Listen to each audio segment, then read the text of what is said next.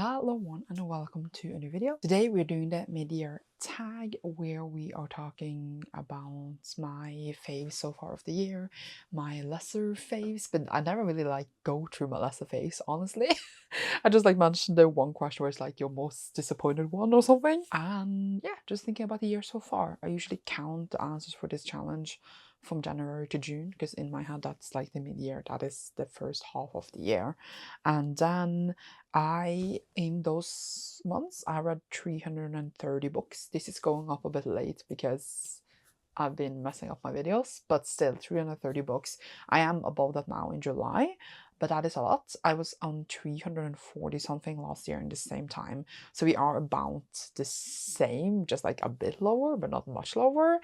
And I did calm down last year for the next half of the year because I ended on 600 books. So it's not I don't think I will read another 330 because then we will be way above 600. But we will see what happens as we go forward.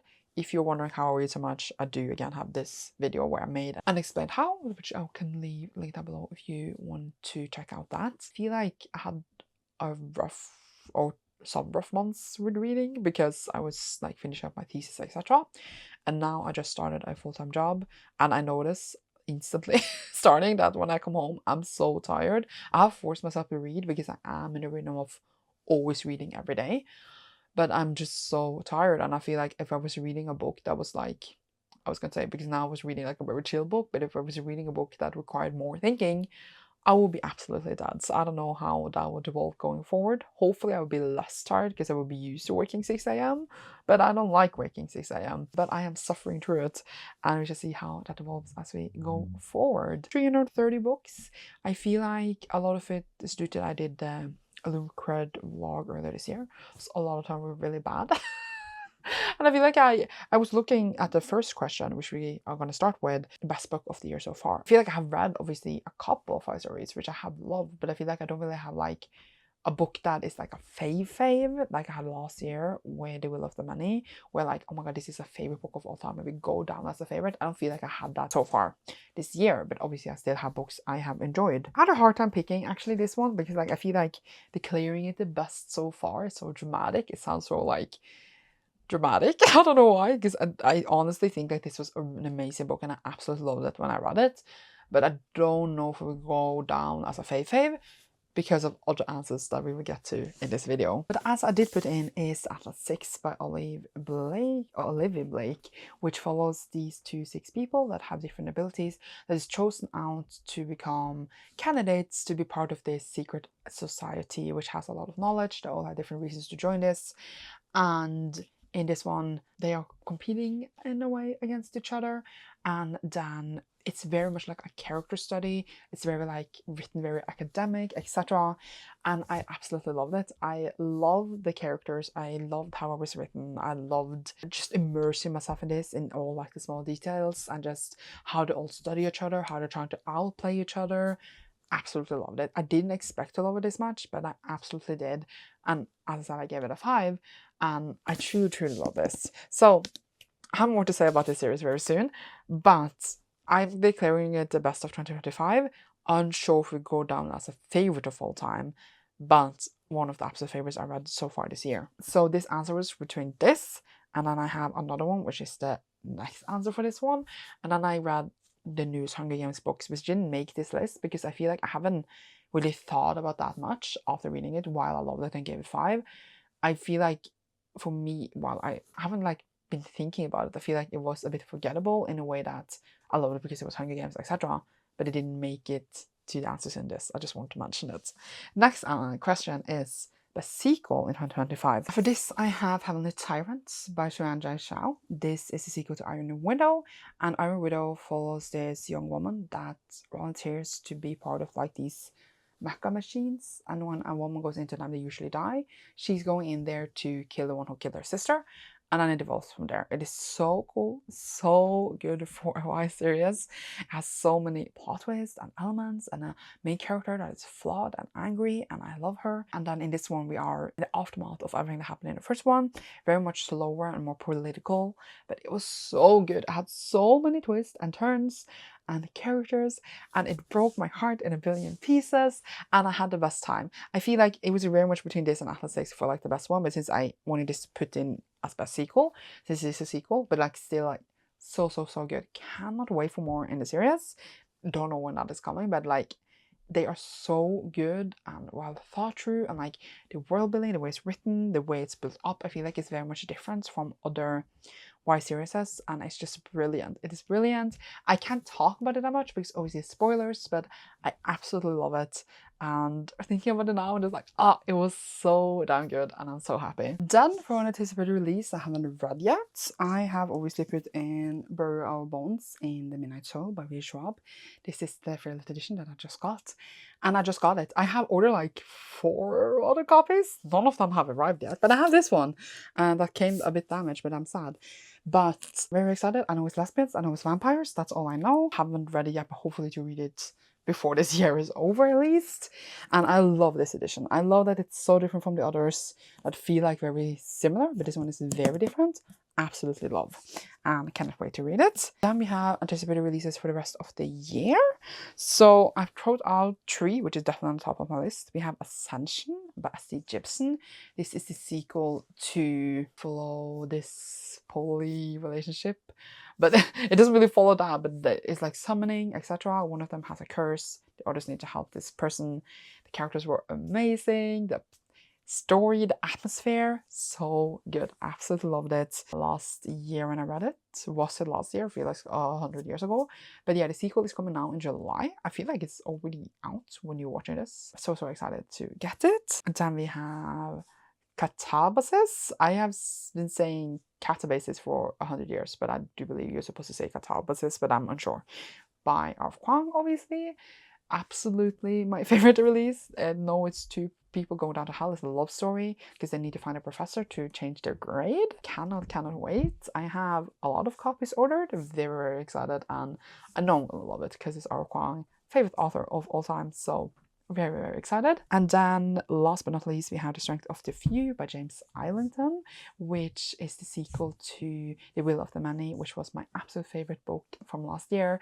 And I'm so excited that the sequel is coming. It's not coming until November, which is literally 150 years until, but I will try to survive before then. And I also really want to reread the first one, even though it's not that long since I read it, but I do want to reread it still to get full immersive experience, and it's like so good, so I cannot wait. Those are the 3 I picked out, but obviously all the releases I'm excited for, I just picked out the absolute top ones. Then we had the biggest disappointment, which is just funny, I think. I feel like very rarely have disappointments, or often, because I don't really have that many expectations anymore, but also because I don't read synopses. I don't like expect things for books. I just go in and I'm like, oh, but I do expect things for books. I feel like that's a lie, but like I can expect like a sort of story, and then I'm like, oh, this was fantasy. That's how it's happened. Or like that mostly happens, for example, if I read horror, I never know if it's a supernatural horror or not, and then I go in and I just don't know. So I guess like I can have certain expectations for certain genres, etc. But mostly if I read a new thing, I don't have that much expectations unless it is a sequel or from an author I read before, and I get disappointed.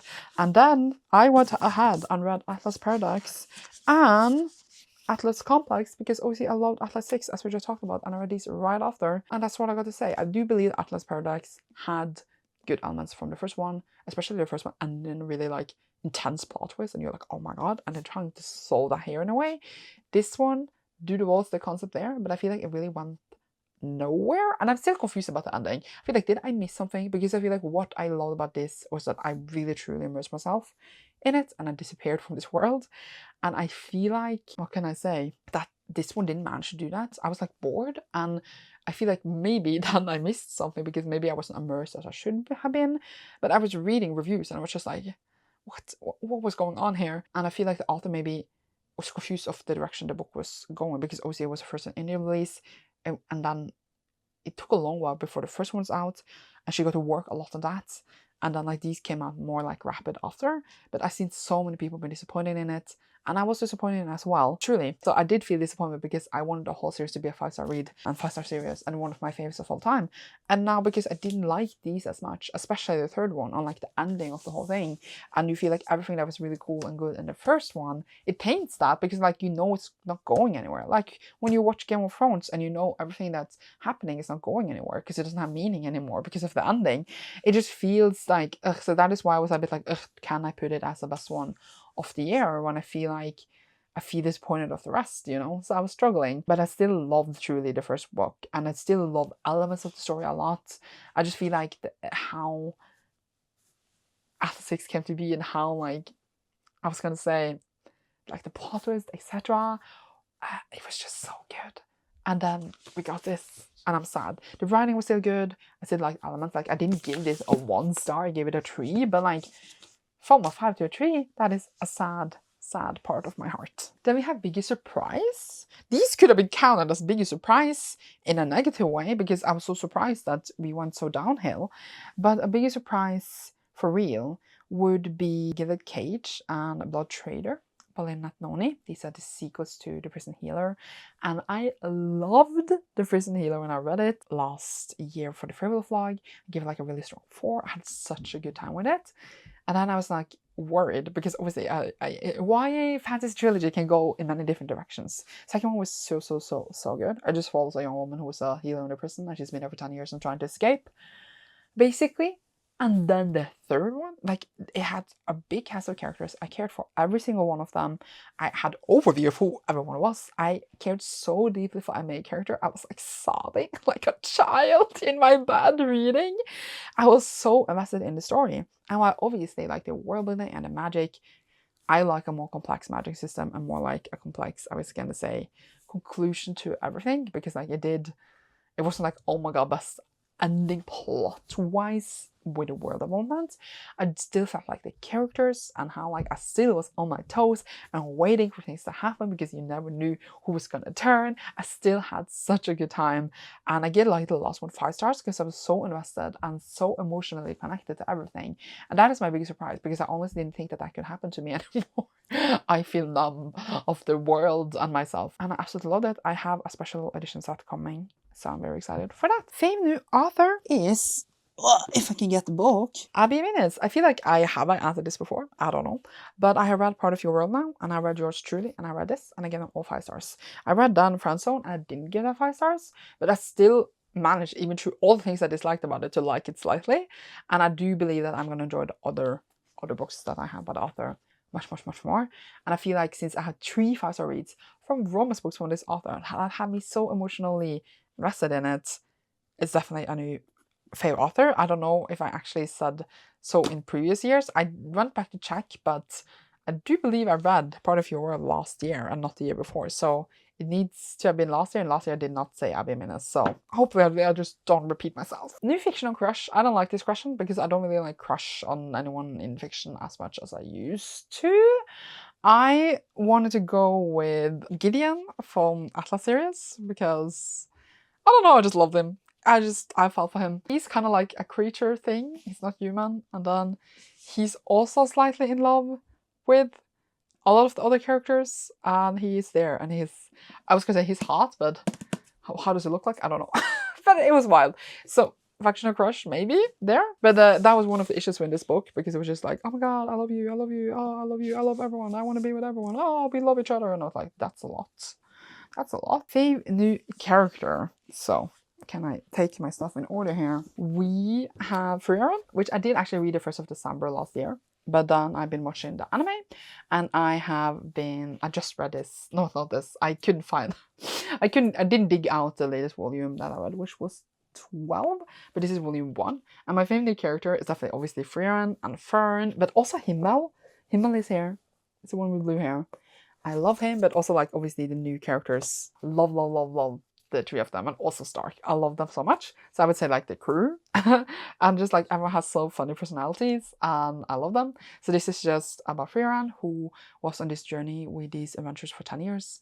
And now she's on a new journey basically. And she's have learned a lot and developed as a character. And it's very like beautiful world and sad of losing your friends, etc. But absolutely amazing. Love it. A book that made you cry.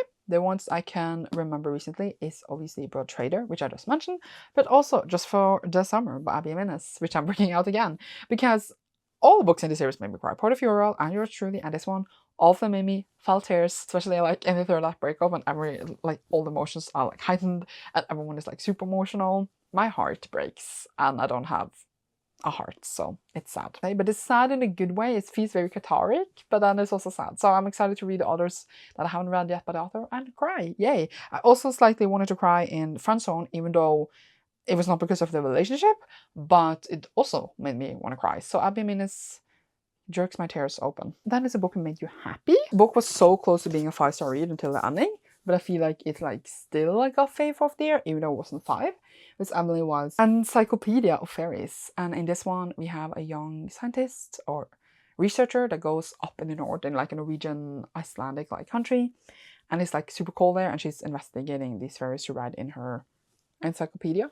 And it's very cold, but it's like it embraces you in a warm blanket. This other dude joins her, and they're just hilarious together, and it made me happy. Even though like sad things also was elemented into the story, it made me happy because it was cozy and low-key and cute, but also sad.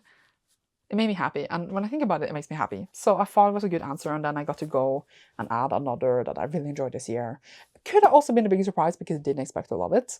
Definitely sad I skipped Forever Late, but let's not talk about that. And then it's The Most Beautiful Book You've Gotten. I really struggle with this because I get so many special editions. I can't really pick out like what I think was the most beautiful. I can mention Burial Bones in the Midnight Soil, which you saw earlier, but I also think A Night and a Moth by Rachel Gillig, which is the favorite edition, was absolutely stunning as well. I just really love the look, and it's very different from like the original. Like it's absolutely stunning, and like the art and the edges, I really like it, and I like the kind of muted purple of it.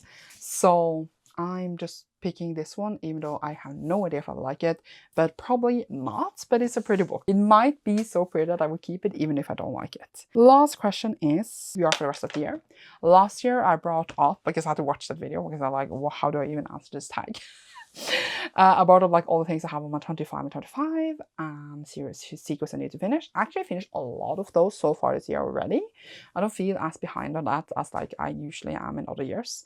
But what I am doing right now is that I'm finishing some piles on my floor of books I want to unhaul, so that I can actually feel like I can unhaul them, because I can't unhaul them unless I read them. And then I will start to read my whole TBR down to 100. It is about almost 600 right now. So that's about like 500 books I need to read, while at the same time also borrowing things on the library, etc. So it's not like only those books I'm gonna read. So my whole TBR for the rest of the year is my whole TBR. And I'm hoping, this is very, very tentative, but I'm hoping that I could read around 200 for the rest of the year from my like actually on TBR. Tentatively, I don't think that's gonna happen because I borrow so much at the library right now, because like I finish series that I don't know the rest of. So though, like if I, for example, have a book on my shelves and then I'm like, will I keep this or not? I don't know if I would try to borrow the rest and finish it right there and then, or if I move on to another one on TR. That would be like, if I finish the whole series, then obviously it's not on my TBR, but I will read a lot still. So I don't think maybe 200 is a bit ambitious, especially since I read a lot of things outside that as well. So maybe 150. At the same time, I said I wanted to finish this next year, and I wanted to have it down to 100 next year by the end of 2026. So that means I have left over 500 books after that. That doesn't seem smart either. We will see how I do. I might also like just not read some. I just get rid of them, honestly. Who's gonna stop me? We will see. But I don't have any specific answers. I have vlogs hopefully coming where I start all this, because I've been talking about it for way too long and not done it. That is the mid-year tag. You know what's up. You know some of the things I loved. You're probably gonna see them in the end of the year in my favorite books of the year video, if I'm alive by them and not died of work. Yay! You shall see me soon in a new video. Thank you so much for watching. Leave a butterfly or moth emoji down below if you enjoyed this, and you should see me soon. Bye!